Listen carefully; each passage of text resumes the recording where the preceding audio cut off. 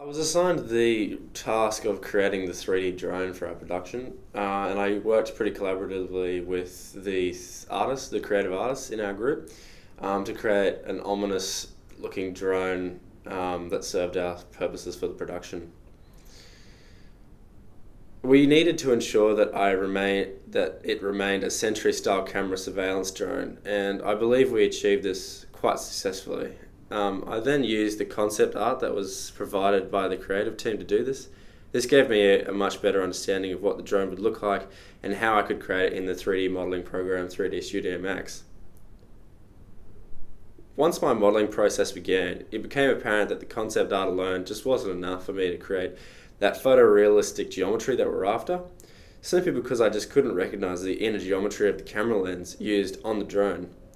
I kind of used my mother's camera lens at home to get that depth to help me create that photorealism geometry that we're after. I was pretty proud with the end result of the drone, since I used a lot of new methods that I hadn't worked with before, which gave me a much greater understanding of how the modeling process worked. After the drone was accomplished, I was then able to move on to creating the 3D titles. The original design was to have an array of circuit board wires travel across the text with light interacting with the faces of the geometry. This was a very lengthy process with a lot of trial, error and feedback.